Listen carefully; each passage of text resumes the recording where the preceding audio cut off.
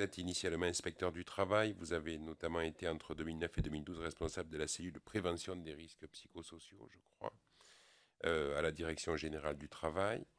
Et en mai 2015, l'ANACT, la Direction générale du travail et l'Institut national de recherche et de sécurité, l'INRS, qui est également un acteur important du secteur, ont édité un guide d'aide à la prévention réalisé par un groupe de travail tripartite. Et si vous avez cherché à préciser la définition et les causes du syndrome d'épuisement professionnel, votre guide est avant tout un outil destiné à prévenir le burn-out, très très clairement. Donc nous sommes très très attentifs à ce que vous allez nous dire. Je crois qu'en tant que législateur, nous ne pouvons pas nous contenter d'une démarche de prévention. Bien sûr, elle est importante, c'est une démarche politique aussi pour cette prévention. Il faudra que nous interrogions sur l'opportunité de faire évoluer le droit. Je vous remercie donc de commencer par nous présenter évidemment l'action de l'ANACT, si vous le voulez bien, et puis aussi les préconisations qu'elle pourrait nous faire pour lutter contre le syndrome d'épuisement professionnel, en sachant que la construction de la norme juridique est quand même l'objet de cette maison. Voilà, je vous remercie, je vous laisse la parole, et puis après on donnera la parole à Gérard Sebaoun pour poser les premières questions et ensuite à nos collègues. Merci beaucoup. Vous m'entendez correctement? Oui, c'est bon. Bonjour madame, bonjour messieurs. Donc, je me permets de vous présenter la manière dont j'ai construit mon intervention, mais qui me semble répondre, peut-être pas tout à fait dans l'ordre où vous l'avez proposé, mais répondre à l'ensemble de vos interrogations. Donc effectivement, je commencerai par un avertissement sur le positionnement et l'approche de l'ANACT sur ces questions de manière générale, parce que tout ce que je vais dire par la suite, effectivement, sera un petit peu orienté par ce positionnement un peu spécifique. Je souhaitais aussi faire, ça peut vous surprendre, un retour très rapide, hein, et je ne serai pas doctoral, mais sur les évolutions lentes de la prévention, de manière générale, indépendamment des risques psychosociaux, mais je pense qu'y compris dans une optique législative, on ne peut pas aujourd'hui raisonner sur les risques psychosociaux et sur l'épuisement professionnel en particulier sans avoir en tête les grandes évolutions que l'on traverse depuis plusieurs décennies en matière de prévention, et je pense qu'on ne peut plus tout à fait légiférer de la même manière aujourd'hui, c'est mon point de vue en tout cas, y compris, je m'appuierai sur l'expérience. J'ai presque envie de dire sur les retours d'expérience du harcèlement moral, et de la qualification juridique qu'on en a faite, et ce que ça peut induire dans notre approche des risques psychosociaux quand la crise est survenue et que j'ai dû piloter la cellule au ministère. Je voudrais donc partir sur ces évolutions générales, bien évidemment focaliser ensuite sur la traduction de ces évolutions en matière de risques psychosociaux, dire qu'est-ce que ça veut dire en matière de risques psychosociaux, ces évolutions qu'on a vécues au cours de ces 150 dernières années. Je ferai bien évidemment un focus sur l'épuisement. Je reviendrai effectivement sur notre approche et la manière dont, pas seulement l'ANACT d'ailleurs, hein, les préventeurs, c'est pas un hasard si c'est l'ANACT et l'INRS qui ont conjointement rédigé cette brochure sur le burn-out. On avait un message à passer effectivement très axé sur la prévention, d'une certaine manière un petit peu en recul par rapport justement aux velléités de légiférer, en tout cas de légiférer trop vite sur ce sujet, c'est plutôt ça. Et puis, bien évidemment, en guise de conclusion, je me permettrai quelques points d'alerte, quelques points de vigilance. Donc sur le positionnement, effectivement, d'abord dire que sur un sujet comme celui-ci, où on a beaucoup aussi parlé, on entend beaucoup, j'imagine que c'est dans vos réflexions, des questions autour de la reconnaissance, de la maladie professionnelle, etc. etc. Je dois rappeler que l'ANACT n'approche pas les conditions de travail par les symptômes, ni par les pathologies, ni par le traitement individuel de leurs conséquences. Ce qui, en disant ça, n'est pas le souhait, n'est pas une façon de dire que ce n'est pas intéressant, c'est une façon de dire que d'autres le font, et le font mieux que nous. Donc l'approche d'ANACT n'est pas par les pathologies. Autrement dit, en clair, on ne se saisit pas, j'y reviendrai après, d'un sujet par la pathologie, par le burn-out en particulier. En tout cas, pas directement. L'ANACT s'intéresse aux déterminants, et plus particulièrement aux déterminants organisationnels du travail, qui permettent de prévenir les risques et même mieux de promouvoir la santé au travail, c'est-à-dire de faire du travail non pas seulement quelque chose qui expose à des risques, mais carrément un facteur de promotion de la santé, voire même un facteur de performance de l'entreprise. Donc en clair, aujourd'hui, alors qu'on parle souvent de l'aptitude des salariés, l'ANACT aime bien parler de l'aptitude des organisations. C'est-à-dire quelle est l'aptitude d'une organisation à accueillir des salariés indépendamment de leurs caractéristiques individuelles. Et ça nous paraît un problème extrêmement important parce qu'aujourd'hui, il y a des politiques en faveur des seniors, il y a des politiques en faveur des femmes, en faveur des jeunes, en faveur des handicapés, en faveur des illettrés. Et puis, il y a les personnes atteintes de pathologies particulières, etc., de maladies chroniques évolutives. Et on voit bien qu'aujourd'hui, les entreprises finalement ne peuvent pas traiter les choses de manière aussi segmentée. Il faut qu'elles aient une approche plus globale et qu'elles aient une capacité à faire face à ces problématiques auxquelles elles sont confrontées. D'emploi de personnes indépendamment de leurs caractéristiques. Ce qui veut dire que nous sommes beaucoup attachés non pas à l'adaptation du travail à l'homme, mais à l'adaptation de l'homme. Nous ne sommes pas attachés à l'adaptation de l'homme au travail, excusez-moi, c'est un lapsus malheureux, mais évidemment à l'adaptation du travail à l'homme. C'est quelque chose qui est inscrit dans le Code du travail, maintenant dans les principes généraux de prévention, mais qui n'est pas encore approprié dans les entreprises, et on le verra juste après, parce que ce qui me paraît extrêmement important, c'est que le 3e plan santé au travail, qui est en train d'entrer en vigueur, prend acte, et voire même annonce clairement la nécessité de changer de paradigme et d'amorcer ce virage qui consiste à dire qu'il faut que ce soit les organisations qui soient aptes à accueillir les personnes, qu'elles soient accueillantes, et il faut que ce soit le travail qui s'adapte à l'homme, et ce qui veut dire qu'on cherche effectivement la santé dans des réponses organisationnelles qui permettent de passer d'une logique, et c'est ce que dit le PSC3, d'une logique de réparation à une logique de prévention primaire, voire de promotion de la santé. Donc ça veut dire, juste pour terminer sur mon avertissement, le burn-out n'est pas à l'agence un sujet d'investigation. L'épuisement professionnel, ce n'est pas un sujet d'investigation. Pour nous, c'est la manifestation au sein de la famille des risques psychosociaux. Et ça, j'y reviendrai après, parce qu'en termes de qualification juridique, je voudrais attirer votre attention là-dessus. Mais c'est la manifestation, c'est une des manifestations des risques psychosociaux. On parle de stress chronique, parfois on parle de violence, on parle de harcèlement moral, j'y reviendrai. Manifestation d'un travail qui dysfonctionne. Donc on va plutôt aborder les choses sous cet angle-là. Et ce qui veut dire qu'à l'ANACT, si on n'a pas ce sujet en tant que sujet d'investigation, bien évidemment on s'y intéresse de manière très très importante, mais plutôt sous l'angle par exemple de la charge de travail. Aujourd'hui nous travaillons beaucoup sur la définition de la charge de travail, l'évaluation de la charge de travail, parce que le travail ayant énormément évolué, les conditions du travail ayant énormément évolué, on pourrait parler du télétravail, on pourrait parler du travail... On a parlé du droit à la déconnexion, ça suppose derrière de repenser la manière dont on, non pas mesure le travail, la charge de travail, justement on évalue le travail, la manière dont on le régule, et la manière dont les organisations donc, sont des organisations soutenables, j'ai presque envie de dire pour le cas de l'épuisement soutenante, c'est-à-dire qu'on verra que pour l'épuisement professionnel, la manière dont on est soutenu, dont un salarié est soutenu dans l'exercice de ses fonctions est essentielle. Les relations sociales sont déterminantes, j'y reviendrai. Le système de reconnaissance au travail, tous ces éléments en tant qu'ils favorisent, encore une fois, la construction de la santé ou qu'ils évitent l'apparition des problèmes. Donc autrement dit, on n'approche pas les choses par la pathologie, on les approche plutôt par quels sont les facteurs de travail qui vont faire ressource et qui vont éviter d'avoir même à parler de la pathologie. Alors, quand je dis ça, je ne suis pas dans la négation, je ne suis pas dans le déni de la nécessité à un moment donné de reconnaître qu'il y a des situations d'épuisement professionnel, bien évidemment, mais pour nous, l'épuisement professionnel, c'est le révélateur trop tard, d'un dysfonctionnement dans l'entreprise. Et donc, c'est pour nous l'éviter qui est fondamental. Voilà pour l'avertissement. Et j'en viens, si vous le voulez bien, à la deuxième partie, qui est de dire où en est-on aujourd'hui de la prévention. Alors, je vais vous dire d'affreuses banalités, et en même temps, quand on est sur le terrain, quand on vit les choses concrètement, on s'aperçoit quand même que c'est utile d'avoir en tête ces évolutions. J'irai très très vite, évidemment, quand j'ai dit tout à l'heure, je ferai un retour sur les 150 dernières années, mais quand même. D'abord, rappeler une chose, c'est que la prévention, je m'intéresse au sujet depuis les années 80, quand je suis rentré au ministère du Travail, elle avance lentement. La prévention des risques professionnels, elle avance lentement, et chaque fois qu'on veut la faire avancer plus vite que l'on ne veut, sauf avoir des politiques évidemment extrêmement volontaristes, on peine. Parce que ça fonctionne par paliers et que chacun de ces paliers correspond à des prises de conscience. Et même à une maturité dans la manière de résoudre les problèmes. Et j'y reviendrai parce que sur la question des risques psychosociaux, entre la manière dont on a abordé le sujet fin des années 90, début des années 2000, avec une réponse qui s'est traduite par la loi sur le harcèlement, et la manière dont on traite aujourd'hui le sujet, eh bien, il s'est passé énormément de choses. Pour des mêmes situations, on ne qualifie pas les choses de la même manière. Donc chaque palier, effectivement, correspond à un niveau de maturité. Alors c'est quoi ces grandes périodes ? Je vais les passer vraiment très très rapidement, mais ça va effectivement m'être utile pour tout le reste de ma réflexion. Première période, vous la connaissez, nous la connaissons tous par cœur, c'est la grande période de réparation, l'accident du travail, la maladie professionnelle sont vécues plutôt comme une fatalité. C'est la fin du 19e siècle, jusqu'à la Deuxième Guerre mondiale, mais quand même, Quand les partenaires sociaux commencent, le groupe permanent d'orientation du COCT commence ses travaux sur le PST3, son dernier PST3, en disant il faut passer d'une logique de réparation à une logique de prévention primaire, on pourrait quand même s'étonner qu'aujourd'hui, en 2016, on en soit encore à dire ce genre de choses. Donc, ce qui veut dire qu'effectivement, la période de réparation, on n'en est pas encore... Alors, évidemment, on n'en est pas sorti, il n'est pas question d'en sortir, il s'agira toujours de réparer, mais enfin, cette logique qui fait primer la réparation et qui fait que dans chaque fois qu'on est confronté à un problème, on a déjà... Le premier réflexe, c'est de chercher la solution réparatrice.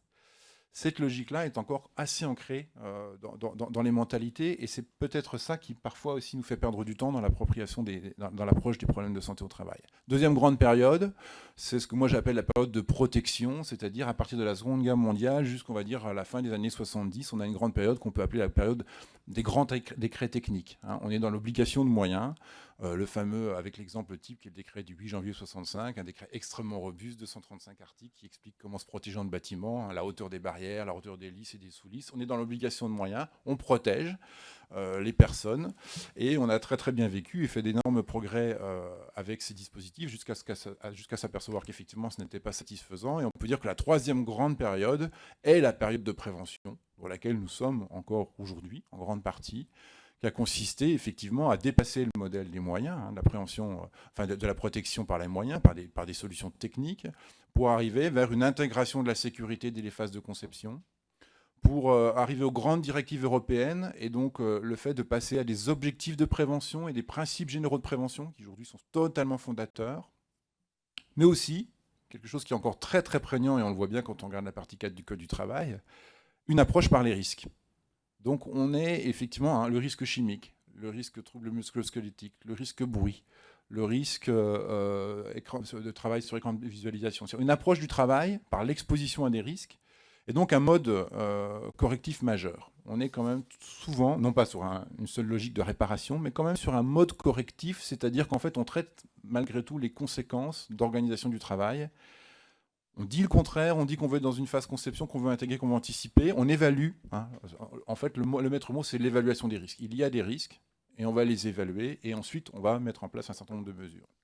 Et j'ai envie de dire que là, on est en train d'attaquer la quatrième grande période, celle qui s'ouvre, qui est devant nous, qui est celle de la promotion de la santé, c'est-à-dire une logique non plus d'évaluation du risque ou de l'approche des risques uniquement, du travail, uniquement sous l'angle des risques, mais une approche proactive qui consiste à considérer que, j'y reviendrai juste après, que le travail est un facteur de performance qui est favorable au développement des salariés, mais aussi favorable à l'entreprise. Autrement dit, on hisse les conditions de travail comme un paramètre stratégique, et non plus comme effectivement quelque chose dont il faudrait traiter les conséquences lorsqu'il est délétère. Alors, ça paraît un petit peu filandreux de dire tout ça, et pour autant, ça se traduit toujours, on y reviendra après, par des dispositifs et des appareillages spécifiques. Donc, ce que je voudrais dire, c'est que derrière les mots protection, derrière les mots prévention et aujourd'hui promotion de la santé, il n'y a pas que des glissements sémantiques, j'y reviendrai encore plus précisément sur le harcèlement moral, il y a vraiment des changements de paradigme et des façons différentes de travailler dans les entreprises. Les appareillages, les dispositifs que l'employeur va mettre en place ne seront pas les mêmes, suivant qu'il est dans une logique de réparation, suivant qu'il est dans une logique de protection, dans une logique de prévention, dans une logique de promotion de la santé. Ça, c'est extrêmement important à comprendre, parce que ça veut dire que la manière dont vous allez légiférer sur la question de l'épuisement professionnel et du burn-out, soit elle est axée sur un mode majeur de réparation, et l'employeur sera sur un registre qui est le registre de la réparation, qu'il connaît bien. Et alors, je ne suis pas en train d'ailleurs de dire que ces régimes s'opposent, entre parenthèses. C'est que c'est une stratification. J'ai bien dit tout à l'heure, ce sont des paliers, et c'est une maturité, et c'est l'ensemble aujourd'hui qui constitue notre corpus. Mais si on légifère sur un mode qui est un mode majeur de réparation, eh bien l'employeur va se comporter sur un mode majeur de réparation, de traitement de la réparation. Si on le met sur un mode de protection, ou si on légifère sur un mode de prévention, d'approche du travail par les risques, eh bien évidemment les dispositifs qu'il va mettre en place seront des dispositifs de cette nature. Ça veut dire qu'on verra en matière de risques psychosociaux que ce sera plutôt le CHSCT, ce sera plutôt le responsable de sécurité, ce sera plutôt le médecin du travail qui seront en charge du problème. Sur ces questions d'épuisement professionnel, peut-être qu'il faut monter d'un cran et aller sur le management, et aller sur les concepteurs du travail, et aller sur un registre qui est au-delà de la seule prévention des risques professionnels. Mais j'y reviendrai. Donc ça, c'est la première chose, effectivement. C'est pas neutre, effectivement, d'avoir à l'esprit d'avoir à l'esprit ce que l'on veut faire. Et est-ce qu'on veut être dans une logique de promotion de la santé, et c'est tout l'esprit du troisième plan santé au travail, ou dans une logique de réparation, ou est-ce qu'on veut répartir l'ensemble et avoir un texte qui finalement va couvrir l'ensemble du panel des postures que je viens d'évoquer. Autre chose, ce qui me paraît essentiel, c'est que la santé-sécurité au travail, aujourd'hui, elle est en train de sortir de la sanctuarisation dans laquelle elle était, et je trouve que c'est bien, c'est-à-dire que ce n'est plus, et moi je me suis beaucoup battu pour que ça devienne une spécialité, et aujourd'hui je me bats beaucoup pour que ça ne soit plus une spécialité, c'est-à-dire qu'il fallait à un moment donné sanctuariser la santé au travail dans la partie 4 du Code du travail, ça a été fait au moment de la recodification. Il faut maintenant bien voir que cette sanctuarisation, elle ne doit pas être un tombeau. On voit bien que les questions de santé au travail aujourd'hui, elles doivent être traitées au même titre que les paramètres stratégiques dans les processus de décision des entreprises. Et dans mon cursus, vous ne l'avez pas rappelé tout à l'heure, mais j'ai aussi fait un passage en entreprise. J'ai pu voir à quel point les choses étaient totalement différentes quand, dans le processus de décision, le COMEX de l'entreprise a intégré les effets sur la santé au travail des mesures organisationnelles ou des mesures d'investissement qu'il va prendre. C'est décisif.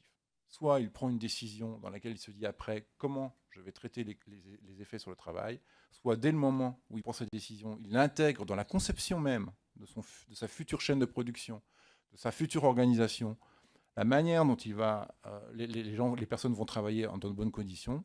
Et là, encore une fois, vous n'êtes plus face uniquement à un problème de santé au travail, vous êtes un problème de performance qui concilie la productivité et la santé des personnes. Ça veut dire que le bureau d'études, le bureau des méthodes, les ingénieurs, les salariés vont travailler de concert à la mise en place d'un nouveau dispositif. C'est extrêmement important parce que quand on parle d'épuisement professionnel, l'organisation du travail, la manière dont on a conçu le travail en amont est déterminante.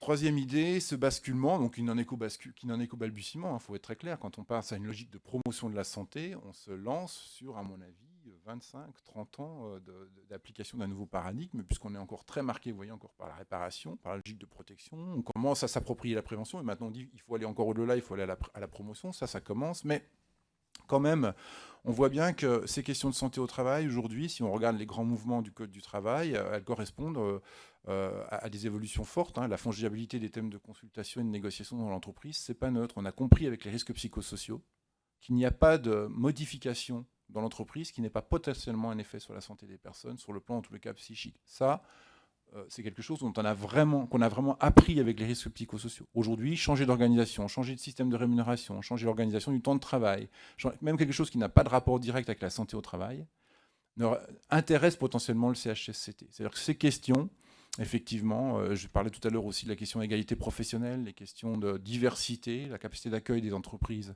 de personnes handicapées, ces questions-là, elles sont complètement aujourd'hui fongibles. Ce qui veut dire qu'on le voit bien dans le Code du travail, on a des thèmes de consultation qui ont été regroupés, des thèmes de négociation qui ont été regroupés, on a une approche beaucoup plus systémique des choses. Ce qui veut dire qu'évidemment, il faut outiller bien plus que le CHSCT, bien plus que le médecin du travail, mais qu'il faut s'intéresser encore une fois aux compétences des managers, des chefs de projet, sur la manière dont ils conçoivent, et puis les directeurs d'établissement, évidemment, les décideurs, sur la manière dont ils conçoivent les organisations. Je suis toujours sur le plan des idées, j'y reviendrai plus concrètement après. Alors pourquoi ce basculement quand même sur la politique sur la promotion de la santé est possible ? D'abord parce que les partenaires sociaux eux-mêmes le veulent. Ils l'ont exprimé à l'unanimité. Les conclusions remises au ministre du Travail pour la préparation du troisième plan santé au travail, dans le groupe permanent d'orientation, sont quand même, pour moi, une première. C'est la première fois que de manière unanime, les partenaires sociaux proclament cette nécessité de passer d'une logique de réparation à une logique de promotion de la santé, c'est-à-dire de sortir de l'approche du travail uniquement par les risques et de faire du travail un facteur stratégique dans la performance des entreprises, évidemment dans le bien-être des personnes. Donc là, cette idée de synergie entre les deux est quand même quelque chose de tout à fait essentiel. Donc les partenaires sociaux nous appellent à travailler différemment et à approcher différemment ces questions-là et à sortir de la logique de réparation. Pourquoi aussi c'est possible ? Parce que, très franchement, et à l'ANACT, on le vit quotidiennement dans les demandes qui nous sont faites par les entreprises, elles ont optimisé leurs organisations, on le sait, elles cherchent aujourd'hui des marges de manœuvre sur le levier des leviers de performance supplémentaires, qu'elles ont parfois négligées. Il y en a un qu'elles découvrent aujourd'hui, c'est les conditions de travail. Aujourd'hui, s'il y a un accord sur la qualité de vie au travail, et si les entreprises sollicitent l'ANACT sur la qualité de vie au travail, ce n'est pas pour faire bien, ce n'est pas parce qu'elles veulent s'afficher comme exemplaires, mais c'est parce qu'elles font face à des problèmes qui sont des problèmes non seulement de santé au travail, mais des problèmes de recrutement, d'attractivité, d'absentéisme, de turnover, de vieillissement, 2 personnes atteintes de maladies chroniques évolutives qui doivent rester dans leur entreprise. Et c'est pour ça que j'en reviens à mon idée de tout à l'heure.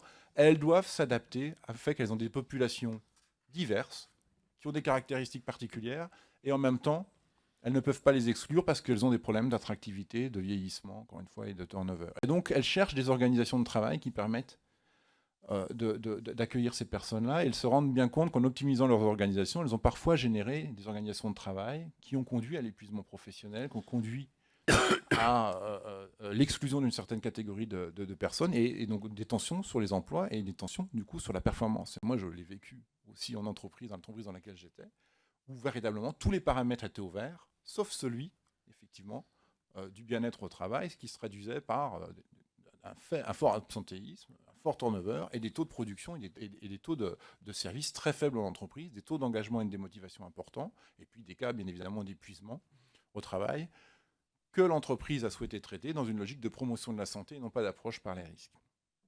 Alors, encore une fois, pour terminer cette partie-là de mon intervention, je rappelle que ça se traduit quand même dans l'architecture générale du PST3 de manière très originale. Si vous regardez les précédents plans santé au travail, le premier était un plan qui reconfigurait la prévention en France sous l'angle des institutions de prévention, mais le deuxième était une approche très par les risques. On listait les risques prioritaires sur lesquels majoritairement on voulait travailler. Celui-ci ne dit pas ça, il n'exclut pas bien évidemment, mais il dit attention, il y a 2 axes essentiels, prévention primaire et culture de prévention. C'est essentiel, prévention primaire et culture de prévention. Et deuxième axe, qualité de vie au travail, maintien en emploi et performance. Donc c'est ce que je viens de vous dire, la traduction de ce que je viens de vous dire se retrouve dans le 3e plan santé au travail. Et puis bien évidemment, il y a quand même des risques prioritaires, mais ils ne sont pas en mode majeur, encore une fois, dans le plan santé au travail. Et dans ces risques prioritaires, j'y reviendrai après, bien évidemment, on a identifié les risques psychosociaux parce que c'est un risque majeur, aux côtés des risques chimiques et des risques de chute de hauteur. Donc les risques psychosociaux sont bien encore des risques qu'il faut traiter de manière prioritaire, mais encore une fois, au sein d'une approche qui quand même promeut prioritairement la prévention primaire. Ce qui veut dire que sur les risques psychosociaux, j'y reviendrai, y compris dans les dispositifs législatifs, il me semble qu'il faut veiller à ce que la dimension prévention et la dimension primaire soit essentielle et qu'on incite, par exemple, et j'y reviendrai tout à l'heure, beaucoup les employeurs à travailler sur l'évaluation de la charge, sur leur système de reconnaissance, etc. Et qu'on se garde de ne travailler que sur le volet réparation, sur le volet reconnaissance du burn-out, qui est encore une fois le traitement d'une conséquence très tardive. Parce que, on a dû vous le dire évidemment, quand quelqu'un est atteint de burn-out, les conditions de son retour sont extrêmement difficiles, extrêmement délicates, et souvent d'ailleurs un échec. Alors, je voudrais passer évidemment à la traduction de tout ce que je viens de dire en matière de risques psychosociaux. Si j'en ai le temps, j'aurais même cité un exemple, juste presque sous forme anecdotique, mais vous dire comment effectivement la même problématique, la même question, le même sujet dans une entreprise n'est pas traité de la même manière, qu'il y avait un problème de risque psychosocial, n'est pas traité de la même manière aujourd'hui qu'il l'aurait été il y a 15 ans, qu'il l'aurait été même il y a 5 ans en matière de risques psychosociaux. Ce que je veux dire par là, c'est qu'on a abordé le sujet par le harcèlement moral. Ensuite, on a parlé de stress, avec tous les débats qui ont pu avoir lieu sur le stress positif, le stress négatif. Ensuite, on a parlé de risques psychosociaux. Maintenant, on parle de qualité de vie au travail. Et encore une fois, on pourrait dire que ce sont finalement des glissements sémantiques. Je ne crois pas, parce que derrière, à chaque fois, il y a eu des approches très particulières. Et le fait d'avoir travaillé, d'avoir vécu de 2001 jusqu'à la crise des risques psychosociaux, on va dire en 2008-2010, uniquement avec le prisme du harcèlement moral, qui était le prisme dont on disposait, parce que c'était celui dont la loi nous avait doté, eh bien, a considérablement orienté la manière dont on a traité les questions. Et parfois, je suis sévère, y compris à l'égard de l'action que moi-même j'ai pu mener en entreprise, en tant qu'inspecteur du travail ou quand j'étais en entreprise, on a perdu peut-être beaucoup de temps en focalisant sur le harcèlement moral. En donnant une qualification juridique à un phénomène qu'on avait du mal à identifier en 2000, le mot harcèlement moral, la qualification juridique de harcèlement moral a permis de qualifier des situations qu'on n'arrivait pas effectivement à nommer. Mais le problème, c'est qu'on les a toutes nommées comme ça.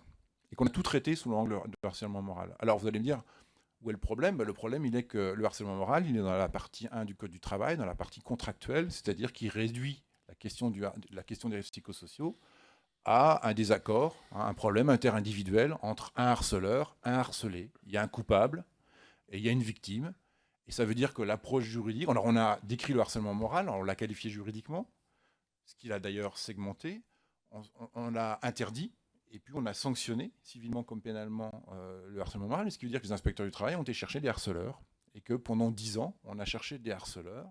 On a même eu des procès et des contentieux très très lourds, qui ont réglé les problèmes individuellement, quand ils les ont réglés, car très souvent, effectivement, ça se traduit par le départ de la personne, et puis par des approches individuelles qui ne résolvent pas, qui n'apportent pas de solution collective aux difficultés qu'on a pu rencontrer dans les entreprises. Et c'est un problème qui existe d'ailleurs encore, mais dont on a quand même vraiment très largement pris conscience aujourd'hui, en traitant la question uniquement sous l'angle du harcèlement moral. On s'est privé de voir qu'il y avait, ce qu'on avait découvert en 2010, et je pense que mes prédécesseurs ont dû vous le dire, des organisations qui n'étaient pas forcément d'ailleurs pensées pour être harcelantes, encore une fois, mais qui ont conduit à la survenue de harcèlement, de situations qu'aujourd'hui on qualifie de risques psychosociaux, qu'à l'époque on qualifiait de harcèlement moral. Alors qu'on a bien vu qu'à un moment donné, il n'y avait pas des harceleurs et des harcelés, il y avait simplement des organisations qui permettaient de... Alors j'insiste beaucoup là-dessus parce que si je prends mon exemple rapidement, c'est un exemple réel. Mais j'avais été saisi dans une situation douloureuse dans une très grosse entreprise du cas d'un salarié de la maintenance. Moi, j'appelle souvent Monsieur Martin quand je décris ce cas. J'aurais pu ça tient en un slide, j'aurais pu vous présenter sa situation en un slide parce que c'est assez intéressant. Entreprise une usine d'un groupe qui est goulot d'étranglement, qui est essentiel à la productivité des groupes, dans lequel le responsable de maintenance, qui a un rôle essentiel, groupe industriel, commet des actes jugés évidemment inadmissibles par l'entreprise, c'est-à-dire on m'alerte sur le fait que ce salarié, ce responsable de maintenance qui est d'un très haut niveau, très grande qualification, qui est sur des métiers extrêmement rares dont on ne peut pas se passer, il a une équipe de 15 personnes, et dans son équipe, eh bien, ça va mal parce que ce monsieur insulte tous les salariés, insulte les chefs d'atelier, se bagarre, et quand moi on m'appelle au siège de l'entreprise, c'est pour m'expliquer que le week-end dernier, il s'est carrément battu. La police a dû intervenir et que, grosso modo, ce monsieur qui insulte tout le monde, eh bien, il faut traiter la question. Et en même temps, sa qualification est telle qu'on ne peut pas se passer de lui. Comment on traite le sujet? Alors, ce qui est intéressant, c'est que quand vous allez rencontrer cette personne et que vous essayez de comprendre ce qui se passe, quand vous partez, du moins, on vous a présenté cette situation-là, on est bien d'accord que si on est en 2000, si on est en 2000, on a un harceleur et des harcelés. On a des personnes qui ont été insultées, c'est inadmissible. On a des personnes qui se sont battues, c'est inadmissible. Il y a des gens qui ne supportent plus ce chef de service qui est un véritable tortionnaire. Et évidemment que la solution immédiate, ce serait de le sanctionner, ce serait de le licencier, et puis de dire le harceleur est parti, on a traité la question. Quand je vous parle de ce problème-là, on le traite beaucoup plus tard que ça. Mais si on l'avait traité en 2008, on l'aurait probablement traité sous l'angle des risques psychosociaux. Quand je rencontre ce monsieur, que je demande d'expliquer sa situation, il est totalement incapable. On voit qu'il est hyper tendu, on voit qu'il est à bout de nerfs, qu'il est excédé, mais il est incapable, c'est un vendredi, il est incapable de m'expliquer finalement pourquoi il se comporte comme ça. Donc je lui propose de me dire, écoutez, quand vous arrivez le lundi matin à votre poste de travail, comment les choses se passent? Qu'est-ce qui se passe? Il me dit, écoutez, je ne peux pas vous répondre comme ça, mais je viens lundi prochain, je réfléchis à ça pendant le week-end, lundi prochain, je viens et je vous propose un schéma. Et donc, je suis désolé, j'aurais pu vous le diffuser, mais je pourrais vous le faire passer. Il me présente le lundi matin, je le retrouve et il me présente un schéma, je vais vous le décrire très rapidement, mais en 4 axes. Il me dit, voilà, moi je suis au milieu, avec mon équipe de maintenance, il y a 15 salariés. Alors, j'ai eu un licenciement économique, donc j'en ai perdu 3, mais comme j'ai beaucoup de travail, on m'a mis des intérimaires à la place. C'est pas neutre. C'est pas neutre. Et puis voilà ce qui se passe le lundi matin. Eh ben, écoutez, il y a un rectangle autour de moi. Les 4 rectangles, c'est mes 4 donneurs d'ordre. Premier donneur d'ordre, c'est la production. On est une usine qui travaille en 5-8. Les machines ont tourné pendant tout le week-end et on travaille pour des gros donneurs d'ordre de l'industrie aéronautique. On a des commandes extrêmement urgentes. On ne peut pas se permettre de ne pas les satisfaire. Et chaque fois qu'il y a un arrêt sur la ligne de production, eh bien, je dois réparer immédiatement. Or, des arrêts sur la chaîne de production, il y en a tout le temps. Et puis, comme on a 5 chaînes de production, on me demande d'intervenir en urgence. Et chacun est plus urgent que l'autre. Il y a des trains d'atterrissage pour la 380, il y en a pour la 350, etc. Il faut aller très vite. Et il me dit, bon, évidemment, je ne satisfais jamais quand je vais vers un chef d'atelier. Comme mes équipes sont moindres qu'avant et qu'en plus j'ai des intérimaires et ils sont moins bons, ben, je suis obligé de faire des priorités. Mais il me dit, ça irait s'il n'y avait que lui, s'il y avait que la production. Mais en bas, il y a un autre donneur d'ordre. Il me dit, c'est vous. Responsable santé sécurité au travail dans l'entreprise. Il y a eu dans cet établissement une visite de la PAF sur les systèmes électriques. Il y a eu 350 observations dans lesquelles 120 risques mortels. Et vous m'avez dit, obligation de sécurité et résultat oblige de la part de l'employeur, vous devez me résoudre ça sans délai. Donc il dit, moi, je suis sous la contrainte et je dois absolument faire ça. Mais sauf que, bien évidemment, vous l'avez compris, je suis en tension avec la production qui me demande de remettre les machines en route, et évidemment c'est prioritaire. En même temps, je ne peux pas me permettre d'avoir un risque mortel dans l'entreprise, et moi je suis là, moi-même, je lui mets pression pour lui dire, vous ne pouvez pas travailler avec un risque, on ne peut pas travailler avec des machines qui ont un risque électrique important. Et puis il me dit, mais ça ne suffit pas, il y a encore le service qualité. Troisième partie du rectangle, service qualité, on travaille pour l'aéronautique.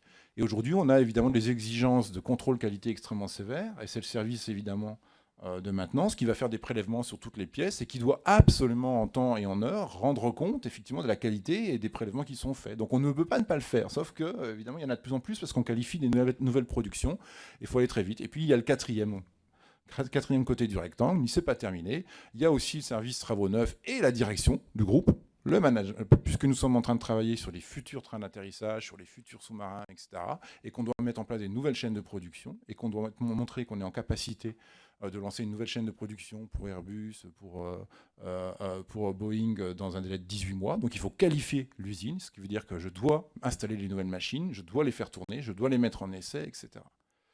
Et le lundi matin, eh bien, tout le monde me dit qu'il passe avant les autres, bien évidemment, parce que tout est urgent, vous l'avez bien compris. Et bien évidemment, je ne me satisfais pas, donc je vais expliquer au chef d'atelier que je ne peux pas aller sur sa machine tout de suite, donc il n'est pas content, parce qu'il a des objectifs de productivité. Passez-moi l'expression, il me dit comme ça, on s'engueule, on s'étripe, voire même on se tape dessus, et c'est ce qui s'est passé le week-end dernier. Puis évidemment, moi, je mets la pression sur mes salariés, mes collaborateurs, et évidemment, vous imaginez bien l'état de tension dans lequel l'ensemble de l'usine peut se retrouver dans cette situation-là. Pourquoi j'ai fait cette digression? Parce que vous avez vu que mon harceleur, est-ce qu'aujourd'hui, on qualifierait ce monsieur Martin de harceleur? En 2000, on l'aurait qualifié de harceleur. Moi, inspecteur du travail, en 2000, j'aurais probablement mis un procès verbal pour harcèlement moral à l'encontre de ce salarié, qui aurait été licencié, qui aurait été remplacé par M. Dupont. Est-ce que M. Dupont est un harceleur? Est-ce que M. Dupont s'en serait mieux tiré que M. Martin? Est-ce que c'est une question de harcèlement? Est-ce que c'est une question de risques psychosociaux?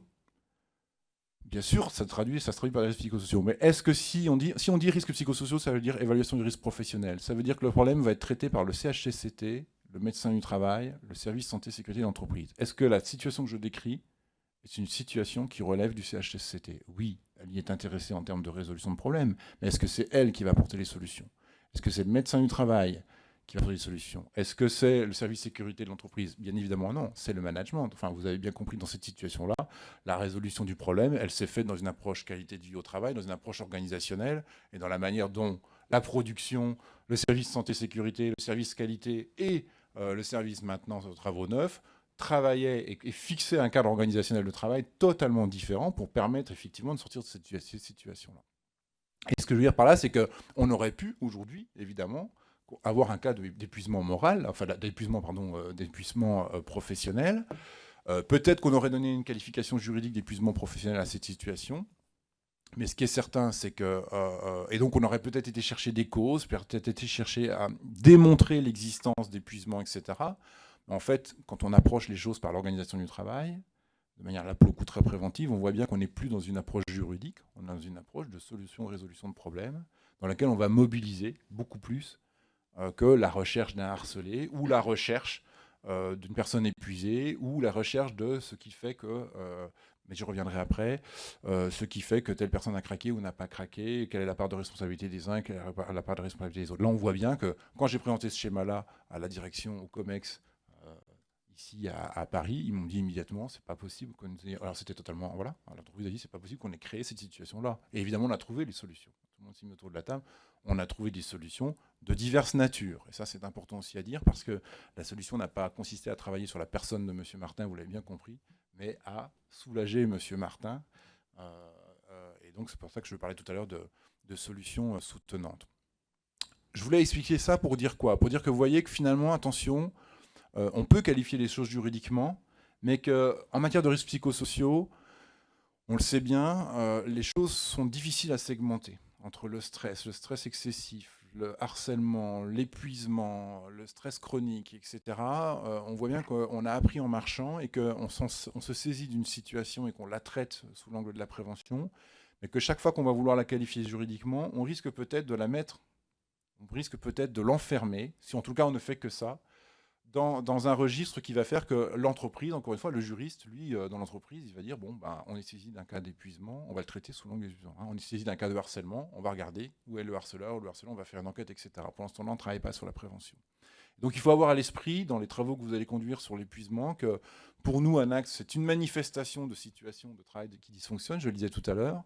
C'est une qualification, bien évidemment, extrêmement importante. Il y a des cas évidemment très importants d'épuisement, mais que peut-être que aujourd'hui on parle d'épuisement moral, peut-être que demain on le qualifiera autrement, hein, encore une fois. Ce qui est important, c'est de travailler sur le travail. De travailler sur l'organisation du travail, sur la charge de travail, parce que vous voyez, là on est sur les questions d'évaluation de la charge de travail. Comment l'entreprise s'organise pour que ce type de situation n'arrive pas. Qui se traduit, encore une fois, peut-être par du harcèlement, peut-être par de l'épuisement, peut-être par du stress chronique, peut-être par de l'absentéisme, peut-être par ceci. En fait, c'est pas tant ça qui compte que le fait qu'il y a un dysfonctionnement qui se traduit parfois par l'épuisement.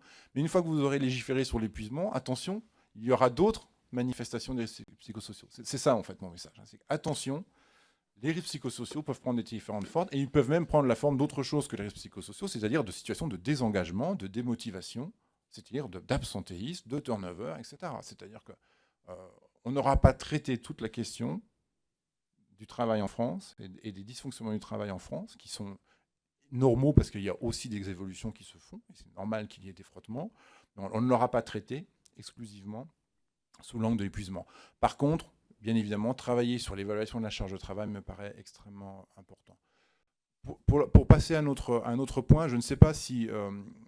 j'ai regardé un petit peu les intervenants que vous avez vus jusqu'à maintenant, vous avez vu des personnes extrêmement qualifiées, je ne sais pas s'il est utile que je vous redise 2 mots sur le syndrome d'épuisement professionnel, si vous voulez que je revienne là-dessus, ou j'ai peur de vous dire des choses que vous avez entendues 1000 fois. Peut-être pas forcément tout à fait la problématique que vous avez évoquée avec l'évolution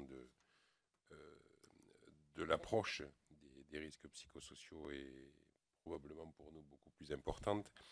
Peut-être simplement si vous pouvez nous rappeler pour l'ANAC s'il y a une particularité de définition de l'épuisement professionnel. Vous avez parlé plusieurs fois de la notion juridique d'épuisement professionnel et cette notion juridique évidemment n'existe pas forcément. Les différences avec le stress chronique, le stress post-traumatique, le stress aigu. Justement, est-ce qu'il est important pour vous de les qualifier aujourd'hui ? Donc moi, je ne suis pas certain effectivement qu'il soit important de les qualifier parce qu'on s'aperçoit qu'effectivement les frontières sont très ténues, et que à partir du moment où on va les qualifier, je ne dis pas que c'est impossible. Bien évidemment. Si on l'a fait pour le harcèlement, donc si on fait un travail de qualification de l'épuisement, aujourd'hui, on connaît les trois grands facteurs, l'épuisement émotionnel, le cynisme vis-à-vis du travail, entre nous, quand même pas si facile que ça à identifier et à repérer, la diminution de l'accomplissement personnel au travail, on sait le caractériser, bon, on sait aussi qu'aujourd'hui on ne peut pas le caractériser en tant que maladie, mais on pourrait effectivement circonscrire les critères de reconnaissance de cela. Quand on va faire cela, on va catégoriser, or on sait que nous, dans la réalité, les choses sont beaucoup plus ténues. Et ce que je crains, c'est que le temps qu'on va passer à catégoriser et à rechercher la définition de l'épuisement ne sera pas du temps consacré à la prévention. Ce que je veux dire par là, c'est qu'aujourd'hui, vous avez le débat qui est en train de monter sur l'épuisement professionnel. C'est que, et il y a une étude qui l'a démontré, une étude canadienne dont on a dû vous parler, l'étude Salveo qui est sortie en dernier lieu, mais on le savait déjà, on l'a dit d'ailleurs, on le dit dans notre guide. Hein. Attention, on sait aujourd'hui qu'il y a aussi des facteurs individuels dans la survenue de l'épuisement professionnel. Ça n'arrive pas à tout le monde. Il y avait évidemment des caractéristiques qui vont faire qu'à un moment donné, tout le monde sera épuisé. Mais il y a des organisations du travail dans lesquelles certaines caractéristiques individuelles, qui sont d'ailleurs des caractéristiques plutôt positives, ce sont des gens engagés, des gens plutôt perfectionnistes, des gens qui sont très soucieux de la qualité de leur travail, vont être peut-être plus sujets que d'autres à un syndrome d'épuisement. Et le risque qu'on a évidemment, c'est que dans une logique en tout cas de réparation ou de reconnaissance, on se lance dans des batailles d'identification de la part imputable au travail et de la part imputable aux salariés. Et je m'appuie pour dire ça à l'expérience. Et à mon avis, il faut tirer les enseignements de ce qu'on a vécu avec le harcèlement moral. Le harceleur et le harcelé, qui harcèle qui à partir de quand considère-t-on que quelqu'un est harcelé ou que quelqu'un a tout simplement fait l'objet d'un management autoritaire et en matière, par exemple, de suicide au travail, on l'a vécu aussi très très fort. Hein. On sait aujourd'hui que le suicide, c'est un phénomène totalement complexe. Et chaque fois qu'une entreprise se lance confrontée à un suicide en entreprise, se lance dans une enquête sur le suicide en tant que tel, eh bien, il y a des débats très douloureux, très très douloureux sur la part imputable aux salariés. Et donc, moi, je pense qu'en tout cas, il y a un écueil à éviter, c'est celui-ci. C'est de faire en sorte que la question de l'épuisement professionnel ne conduise pas à des batailles en interne dans l'entreprise sur même Monsieur Martin, pour reprendre cet exemple-là. Est-ce qu'il avait quand même pas un petit peu... et donc, dans le fait qu'on essaierait de se disculper, de démontrer que finalement, on n'a pas qu'une part de... Et pendant qu'on fait ça, et quand je dis ça, c'est pas du tout pour stigmatiser les entreprises, c'est naturel, c'est le dispositif juridique induit le comportement. Si on vous dit qu'effectivement on fait ça dans une logique de reconnaissance pour pouvoir avoir des droits, et vous avez le risque que l'entreprise légitimement dise attendez, c'est quand même un peu plus compliqué que ça. Monsieur Martin, il a des caractéristiques particulières, on a ceci, on a cela, etc. Donc il faudra faire attention effectivement à ce que.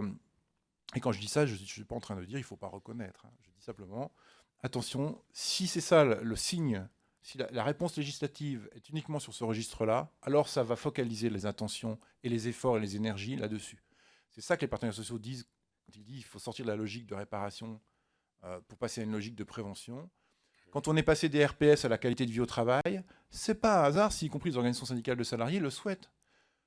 Moi, je l'ai vécu en entreprise, un suicide dans lequel le CHSCT, à forte majorité CGT, est venu me voir en me disant « Monsieur, nous, qu'est-ce qu'on peut faire ? On veut sortir de l'enquête suicide parce qu'on s'est emmanché dans ce truc et c'est délétère, c'est une catastrophe. On est en train de sortir des choses terribles. » Et l'ambiance dans l'entreprise, dans l'atelier, est en train de se dégrader complètement.